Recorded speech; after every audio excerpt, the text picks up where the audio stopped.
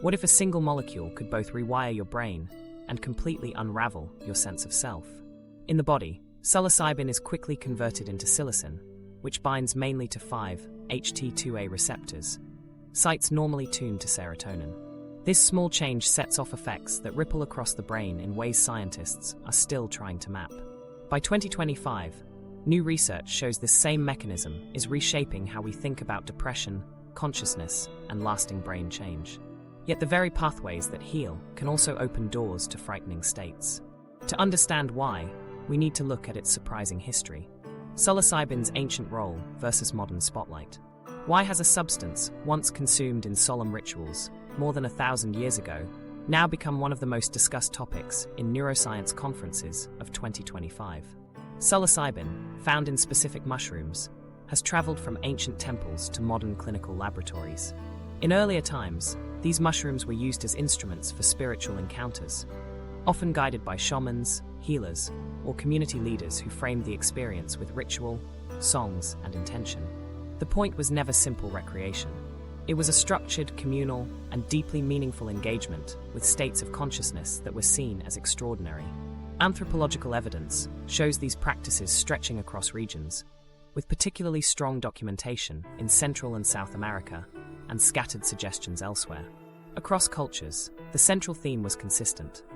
Psilocybin facilitated an entryway into visions that were believed to carry healing, insight, or guidance for the people involved. In today's context, those same experiences have been reframed within sterile hospital rooms, research centers, and psychiatric clinics. Instead of chants and smoke-filled caves, psilocybin, now measured in precise milligrams, purified, and encapsulated, is administered to carefully screened patients who lie inside MRI machines or sit with trained therapists. Scientists speak not of gods or spirits, but of receptor subtypes, brain networks, and trial outcomes.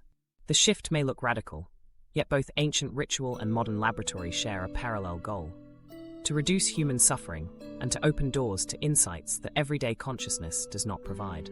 Whether wrapped in sacred symbolism or in the language of neuroscience, psilocybin retains its role as a catalyst for profound psychological events. The tension between those two worlds, sacred ritual and clinical procedure, defines much of the current debate. In traditional settings, visions were considered revelations from outside the self.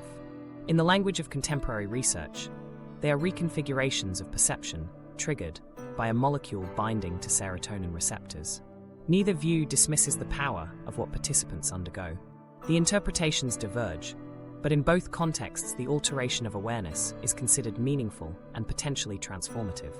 This parallel becomes especially clear when noting that modern clinical trials almost always include guided therapeutic support during the psilocybin session. Just as ancient rituals relied on a shaman to frame and guide the experience, psychiatric research in 2025 pairs psilocybin with structured psychotherapy to help patients prepare, process, and integrate their sessions. The continuity here is striking and shows that while the cultural frame has changed, the recognition of the need for guidance has remained constant. The regulatory landscape reveals another layer of complexity. Unlike many conventional medicines, psilocybin remains a federally controlled Schedule I substance in the United States, the classification reserved for compounds considered to have no accepted medical use. At the same time, the Food and Drug Administration has granted expedited designations for certain psilocybin trials and signaled an openness to accelerate clinical research timelines if data continue to look promising. Other jurisdictions have gone further. In 2023, Australia's Therapeutic Goods Administration approved tightly regulated clinical use of psilocybin for treatment-resistant depression under specialist supervision. This uneven landscape underscores how quickly perceptions of psilocybin are shifting, though any suggestion of full approval at the federal level remains premature. The potential impact explains why regulators are watching closely. Major depressive disorder that resists conventional treatments often leaves patients with limited options.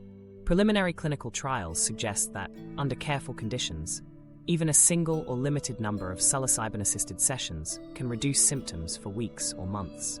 The significance rests not in unrestrained enthusiasm, but in evidence. Participants monitored in well-structured studies have reported measurable improvements in mood and outlook compared to control groups. Researchers emphasize that psilocybin is not acting alone, the structured therapy surrounding the sessions is central to its effectiveness. This cautious and data-driven process is very different from the uncontrolled recreational use that has led to misconceptions in the past. The contrast with other psychiatric medications is also notable. Antidepressants commonly prescribed today are synthesized by pharmaceutical laboratories and taken daily, often for years. Psilocybin, by contrast, is derived from naturally occurring mushrooms already recognized by ethnobotanists in over 200 species worldwide. Rather than requiring daily intake, current trials examine whether occasional high-impact sessions can bring lasting benefits when combined with therapy. In that sense, psilocybin represents an entirely different model of psychiatric intervention, one that challenges established assumptions about how medicines are supposed to work. Public attitudes towards psilocybin continue to evolve unevenly. For decades, most societies treated its use as superstition, danger, or even criminal activity. Governments prohibited its possession and research, largely in reaction to counterculture associations more than medical evidence. Now, the very same compound once dismissed is being explored as a legitimate therapy that could address unmet psychiatric needs. The whiplash raises difficult questions. Did earlier prohibitions reflect the risks accurately, or did they suppress potentially helpful knowledge because the experiences fell outside cultural comfort zones? And on the other side, is the current wave of enthusiasm moving too quickly, giving psilocybin a reputation as an automatic miracle cure before longer-term data are available? The truth, as critics often suggest, probably lies somewhere between those extremes. The irony of psilocybin's dual identity is unmistakable. A molecule that ancient participants believed connected them with gods and ancestors is at the same time a compound now plotted on receptor-binding charts and quantified in clinical outcome measures. The molecule itself has not altered. What has changed is the interpretive frame through which humans encounter it. Ancient communities viewed the visions as external messages. Modern neuroscience frames them as consequences of modulating serotonin pathways. One speaks of other realms, the other speaks of neural networks. Yet both describe the same human brain, responding to the same molecule in ways that remain difficult to fully explain. As psilocybin moves into the spotlight of official trials and cautious regulatory experiments, its story embodies one of the most unusual intersections between culture and science. Seeing the same compound treated as a doorway to divine realms in one millennium, and as a candidate for FDA-supervised trials in another highlights just how broadly human experience can shape interpretation. What unites these very different eras is the recognition that psilocybin alters perception in ways that feel significant and life-changing to those who go through it. That cultural and scientific overlap keeps the discussion alive and keeps research moving forward with high stakes for mental health. All of this background sets us up with a central question. If this one molecule carries such extraordinary cultural weight and now such therapeutic promise, how does it actually operate inside the brain to generate those experiences? Understanding that requires attention to its biological journey. And that is where modern neuroscience is now focused. What happens in your brain when psilocybin arrives? How does a compound measured in milligrams manage to shift something as intricate as human consciousness? That is the puzzle at the core of psilocybin research. A single mushroom cap contains only trace amounts of its active ingredient, yet once ingested, those molecules can reverberate through perception, memory, and mood in unexpected ways. To understand why, we need to trace the compound's path from raw chemistry to large-scale changes in brain activity. The first step is metabolism. Psilocybin itself is not the substance directly responsible for hallucinations or shifts in awareness. As soon as it enters the body, enzymes in the liver remove a phosphate group, converting psilocybin into psilocin. That modification allows the compound to slip through the blood-brain barrier and interact directly with key signaling systems inside the brain. After ingestion, psilocybin is dephosphorylated into psilocin, which binds 5-HT receptors concentrated in cortical areas and the default mode network. That binding is associated with acute desynchronization and increased crosstalk between regions. In short, the interaction begins at a single type of receptor, but the ripple extends outward into entire functional circuits. These receptors are normally occupied by serotonin, the neurotransmitter that helps regulate mood, sensory processing, and emotional balance. Psilocin, however, resembles serotonin closely, enough to secure a spot at the same site. Once bound, though, the receptor no longer follows its usual rhythm. Instead, signaling becomes less predictable, triggering wide-ranging disruptions in brain communication. Because 5-HT2A receptors are particularly dense in regions critical for self-reflection, sensory integration, and narrative thinking, psilocybe's grip alters precisely the hubs that support our sense of self and how we experience reality. The reach of these changes is surprisingly broad. When normal signaling in the default mode network is disrupted, the constant background chatter of self-awareness can grow faint. At the same time, regions that rarely coordinate, such as visual areas linking up with memory circuits, begin to exchange information more freely. The result is often a flood of novel associations, altered perceptions, and in some cases the feeling that the distinction between self and world has dissolved. A microscopic binding event, repeated across billions of neurons, creates macroscopic changes in how consciousness is experienced.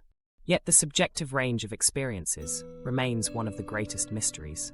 Two individuals may take the same dose, activating the same receptors in comparable regions, but one emerges describing expansive clarity, while the other is overwhelmed by chaotic visions. Differences likely reflect baseline brain connectivity, set and setting, and downstream signaling bias. Not a failure of the receptor model, all areas still under active research. These complex factors remind researchers that the brain is not a uniform canvas, but a landscape mapped differently in every person, and psilocybin's impact plays out against that unique backdrop. To investigate these divergent responses more rigorously, scientists have turned to neuroimaging. In earlier decades, researchers relied mainly on self-reports or animal data. But in 2025, brain scans using technologies like functional MRI provide direct evidence of what is happening. Images consistently show regions that typically stay in their own functional lanes beginning to interact. The visual cortex can send information to networks involved in autobiographical memory, or sensory areas may suddenly converse with emotional regulators. These unusual pathways signal that the brain is temporarily reorganizing into an unusually flexible state. Researchers often describe this as increased global connectivity, or crosstalk, across regions that are usually segregated. Importantly, this does not unfold as random noise. Connectivity strengthens along certain atypical routes, while the dominance of typical pathways fades temporarily. Such restructuring explains why participants report experiences ranging from a release of rigid thought patterns to the sudden overlay of sensory mosaics across familiar memories. What appears chaotic in subjective accounts is underpinned by a patterned, although unusual, reorganization of neural traffic. The dynamics of these changes evolve over the course of hours. Early in a session, broad and rapid disruption spreads across networks, sometimes creating vivid surges of sensory imagery. Later, activity often stabilizes into phases where the brain explores alternative wiring, forming temporary connections before returning to baseline. These dynamic shifts may determine whether the final subjective outcome of the session feels structured and revelatory or destabilizing and fragmented. In this sense, time itself is an important factor, with the unfolding course shaping the meaning participants attach to their experience. One of the most intriguing findings concerns the temporary quieting of the default mode network. Often likened to an inner narrator, it keeps the story of I running in the background, my goals, my identity, my problems. Under psilocybin, that narration softens. Simultaneously, sensory and emotional areas communicate more freely, creating what many describe as a sense of unity with the environment or dissolution of boundaries between self and world. For some, this is experienced as profound transcendence. For others, the loss of a stable inner anchor spurs fear and confusion. Both outcomes stem from the same suppression of habitual self-reference. Adding further depth to the picture, recent animal and large animal studies suggest psilocybin may support neuroplasticity. In mice, researchers have observed rapid formation of dendritic spines, while pig models show increases in presynaptic density markers, such as SV2A, in the hippocampus and prefrontal cortex after a single dose. These findings hint at a capacity for psilocybin to encourage new neural connections, a potential biological basis for the long-lasting shifts reported by some participants. However, scientists emphasize that translating this into human timelines and clinical outcomes remains an open question. Evidence for neuroplastic changes in humans is still emerging and must be mapped carefully before firm claims are possible. What distinguishes psilocybin from other psychoactive drugs is this dual action. Immediate receptor-level changes sparking acute network rewiring, and possible longer-term plasticity effects that may solidify new patterns. Traditional antidepressants usually work by modulating neurotransmitter levels consistently over weeks or months. Psilocybin, in contrast, seems to transiently destabilize entrenched loops, allowing different circuits to form connections they rarely attempt. The session itself may be brief, but the traces it leaves behind, either beneficial or disruptive, can last far longer. So while we can clearly track psilocybe's conversion, binding, and network effects, translating that into the subjective worlds people describe remains unresolved. Neuroimaging has gone a long way toward revealing mechanisms, but linking scans directly to personal narratives still escapes clear definition.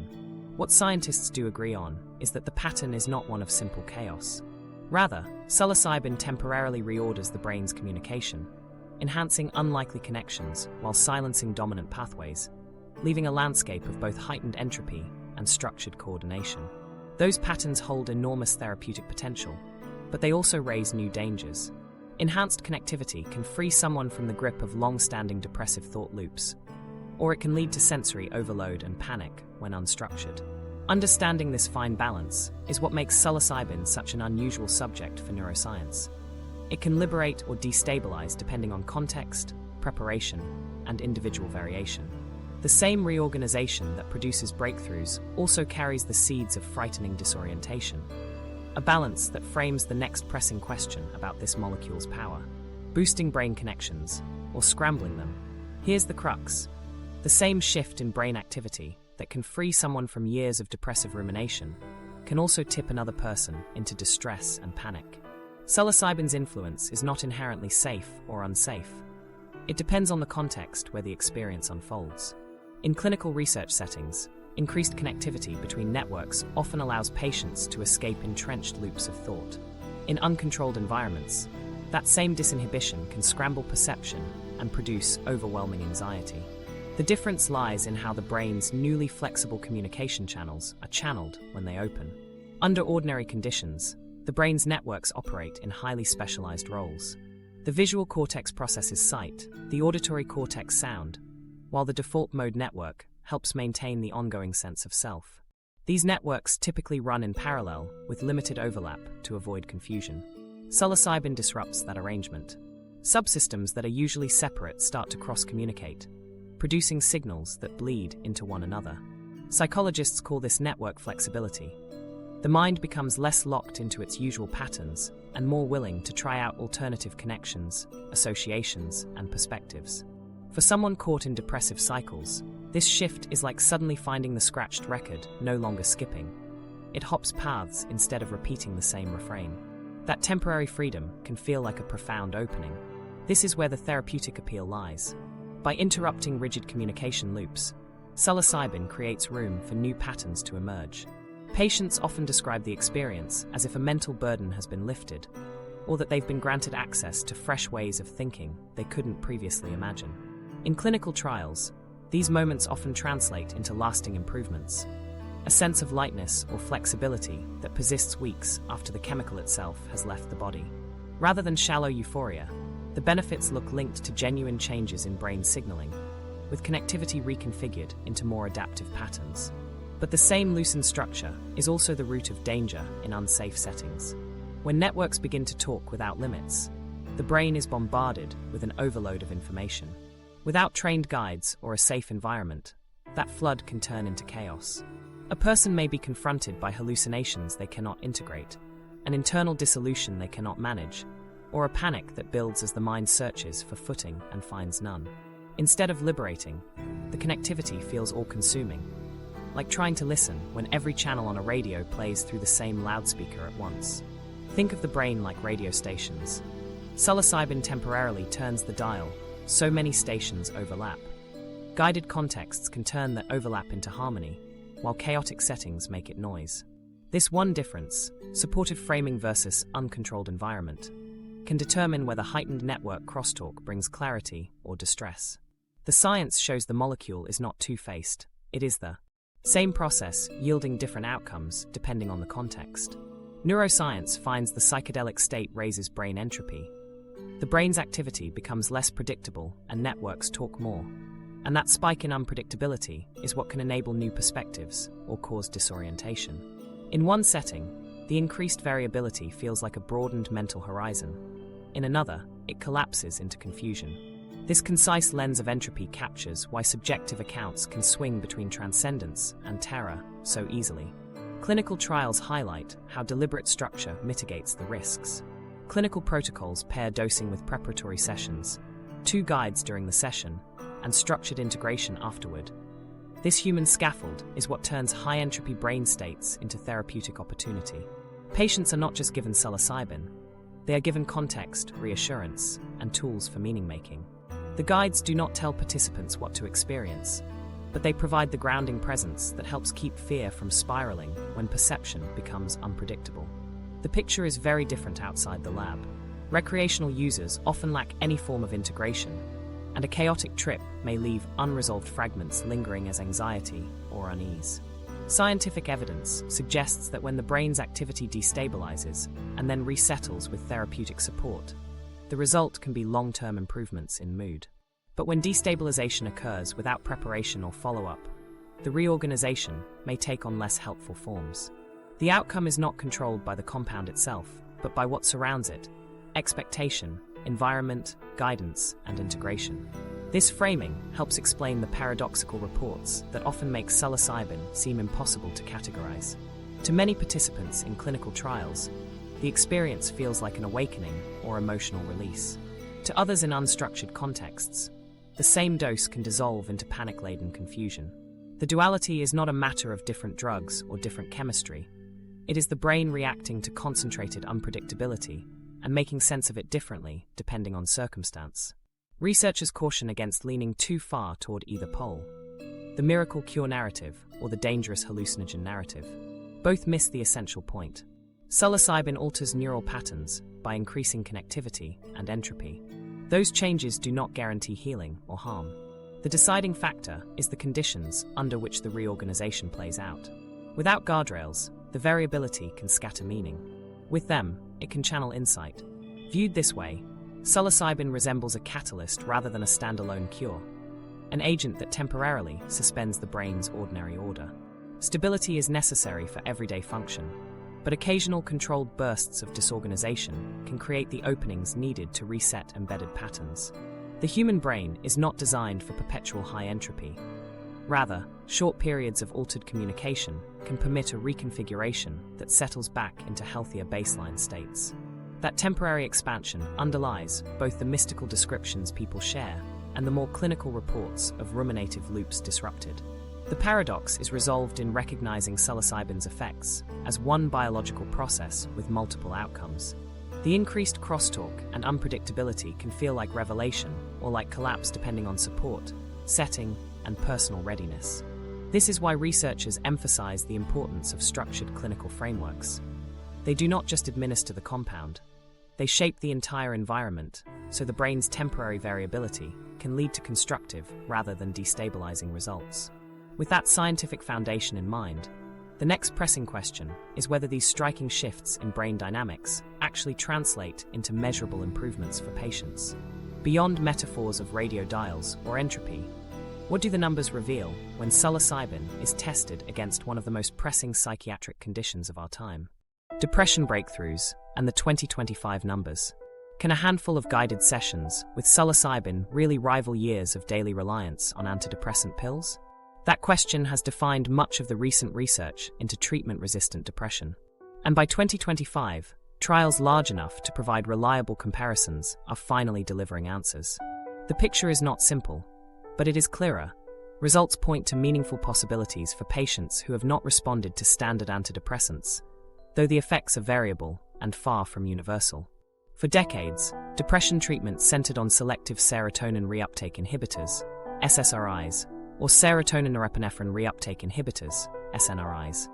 These medications altered brain chemistry gradually, often over weeks, but many people never experienced relief. A subgroup categorized as treatment-resistant, individuals who had tried multiple antidepressant regimens without improvement, have remained especially difficult to treat. For this population, stability often felt unreachable, and the cycle of patient and provider frustration stretched on for years. Because of that, psilocybin research has concentrated heavily on this group, where even partial success would signify an important advance.